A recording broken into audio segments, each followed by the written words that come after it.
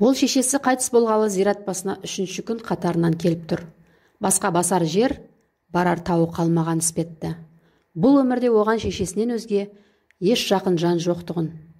Таң бозынан келіп отырған ол түске қарай зират басына келе жатқан қалың қауымды көріп, тағы кіммен құсап сорлап қалды екен деп ойлады. Есіне шешесінің көз жұмар алдында: «Балам, жалғыз қалып барасың. Жалғандағы ең қорқынышты нәрсе жападан жалғыз қалу. Жаныңа жақын серік тауып ал. Сенің сол қызыңды көрсем деуші едім, дәм тұзым таусылды, бақыл бол» деген түсті. Шынымен де жалғыздық қандай сүркейлі еді. Манағы келе жатқандар зираттықтың шетін ала келіп тізгін тартыпты. Ет асындай уақыт айналған олар өлілер мекеніне тура шешесінің топырағындай бір төмпешікті қосты да кері қайтты. Ел кете жаңа ғана жабылған жас топыраққа келген ол, мұнда кім екен, кімнің аяулысы, кімнің арқа тірер асқар белі екен деп ойлады. Кенет көзіне үюлі топырақ бүлк ете түскендей сезілді. Тұла бойы дір ете түскен ол сол жерде құлап қала жаздады. Теңселіп барып бойын әзер тіктеген ол шешесінің топырағына баруға шамасы жетпей, ауыл шетіндегі өздерінің шағын құжырасына қарай ілбіп келе жатыр. Үйіне барғысы келетін емес, бірақ қайда барар еді?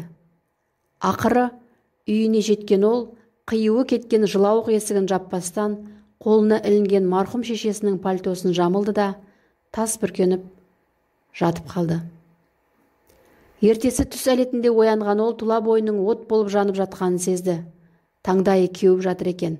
Пеш жақтағы ежіреден салқын су ішпекке ниеттеніп, орнынан сүйретіле тұрған ол шағын үстелдің үстінде тұрған тамақты көрді. Шамасы көршілерінің біреуі әкелген болса керек. Тек мұның ұйқысын бұзғысы келмеген шығар.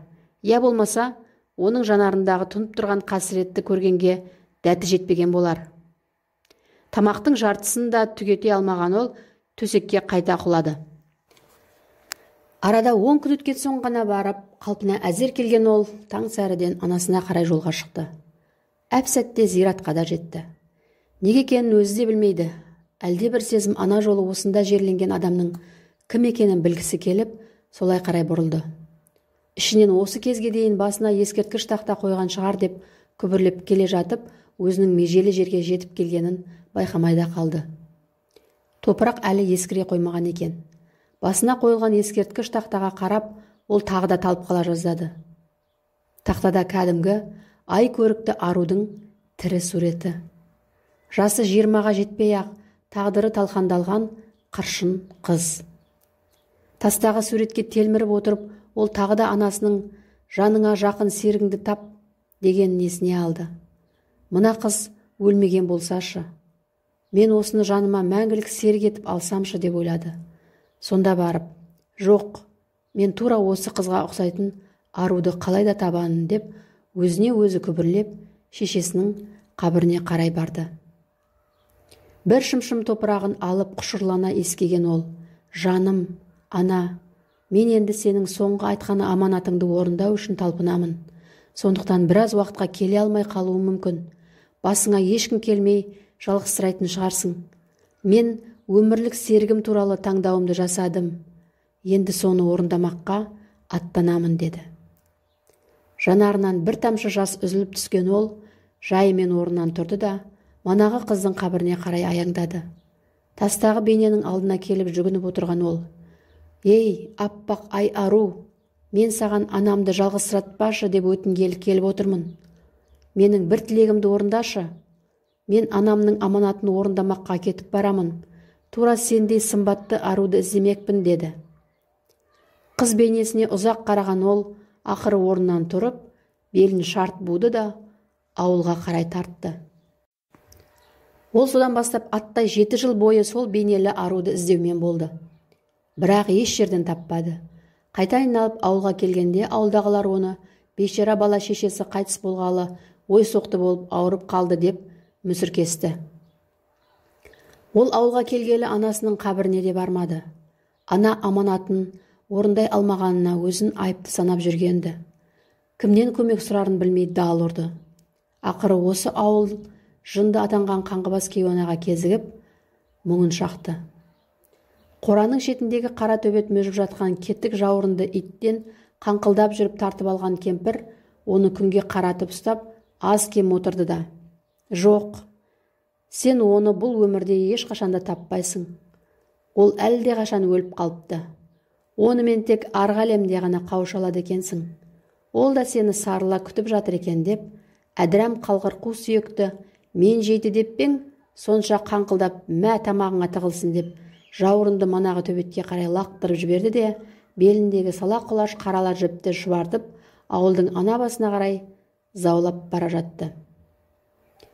Кеш бата жер қазатын кетпенімен күрегін алған жігіт зиратқа келіп, алдымен анасының басына аз кем үнсіз мүлгіп отырды да, орнынан тұрып бара жатып: «Анашым, менің сені осынша уақыт жападан жалғыз қалдырғаныма кешір.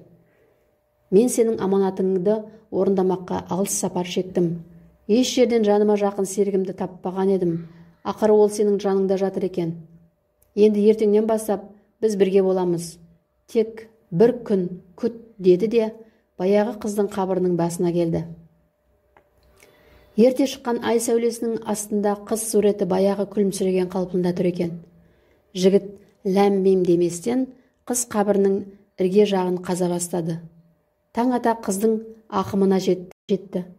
Қыз оранған аппақ ақырет сол қалп екен. Тырмысып сыртқа шыққан ол ауылға қарай беттеді. Ауылға келіп, ескі қырман жақта әлденені будақтатып өртеп жатқан жынды кемпірді ертіп үйіне келді де, шешесінен қалған бүкіл киімді беріп: «Кеште менімен бірге қабір басына барасың. Сосын мен ол жерден қайтпаймын. Мына үй енді саған қалады. Менің соңғы тілегімді орындасаң болды» деді. Кеш бата кемпірді дедектетіп жетелеген ол зират басына келіп, өзі кеше қазып даярлаған ақымға түсті де, беліндегі бір шумақ ала арқанды кемпірге беріп: «Енді мені көм, әрі ешкім білместей етіп тегістеп таста, әрі ақтық демің үзілгенге дейін ешкімге аузыңнан шығарушы болма» деп өтінді. Таң ата тапсырылған міндетін өтеген кемпір ауылға қарай келе жатып, өзінің ес ақылын жинап алғанын сезіп таң қалды. Арада біраз уақыт өткен соң ауыл адамдары зираттағы кескіндерді біреу өзгертіп жүр екен десіп жүрді. Олардың айтып жүргендері шеттегі қыздың қабіріндегі суреттің толып бара жатқаны еді. Тастағы сурет қалай өздігінен өзгереді? Зәуде қалам біреу әдейі істеп жүр десті. Арада тағы да біраз уақыт өткенде қабір басына келген жұрт баяғы талдырмаш қыз суретінің енді кәдімгідей ай күні жеткен жүкті әйелге айналғанын көріп, жағаларын ұстасты. Ауылға келіп сурет туралы айтқандарында сауыққанына әлі жыл тола қоймаған баяғы кемпір ышқынып барып талып қалды.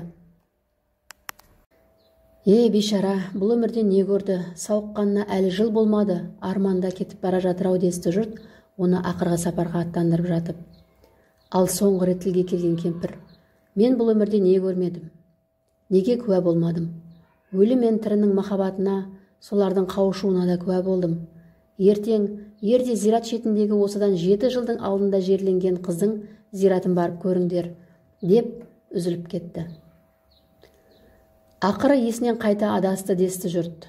Кемпірдің сүйегін қабірге әкелген жұрт кемпірді жерлеп болып, қыз зиратына барып жағаларын ұстасты. Қыздың өзгерген суреті бұрынғы қалпына келіпті де, ескерткіш тастың маңайы қызылқанға боялып қалыпты. Қаумаласқан жұрт не сұмдықтың болғанын біле алмай, зиратты тексермекке қабірді ашты. Жан ақымның ішінде де қан, бірақ сүйек жоқ.